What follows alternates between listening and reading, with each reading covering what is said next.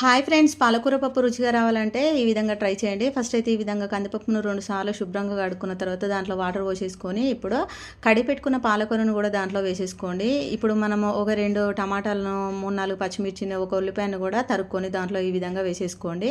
ఇప్పుడు కొంచెం కారం వేసుకోండి, ఎందుకంటే ఆల్రెడీ పచ్చిమిర్చి వేసుకున్నాం కదా. కొంచెం అల్లం వెల్లుల్లి పేస్ట్, ఉప్పు, నెక్స్ట్ పసుపును కూడా వేసేసుకొని కుక్కర్ మూత పెట్టేసుకొని స్టవ్ పైన పెట్టుకొని ఒక 4 విజిల్లు వచ్చే వరకు పప్పును ఉడికించుకోవాలి.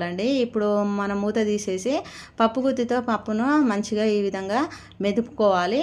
ఈ మెదుపుకున్న పప్పును పక్కన పెట్టేసుకొని ఇప్పుడు స్టవ్ పైన మరొక గిన్నె పెట్టేసుకొని దాంట్లో ఆయిల్ పోసేసుకొని ఆవాలు, జీలకర్ర, నెక్స్ట్ ఎండుమిరపకాయలు కూడా వేసేసుకోండి. ఇప్పుడు అవి వేగుతుండగా వెల్లుల్లిని ఈ విధంగా కచ్చపచ్చగా దంచుకొని పోపులో వేసుకోవడం వల్ల పప్పు మరింత రుచిగా ఉంటుంది. నెక్స్ట్ మనం కరివేపాకు వేసేసుకొని పప్పు మిశ్రమాన్ని కూడా దాంట్లో పోసేసుకోండి. అంతే అండి. వీడియో నచ్చితే like, share, subscribe my channel. Thank you for watching all.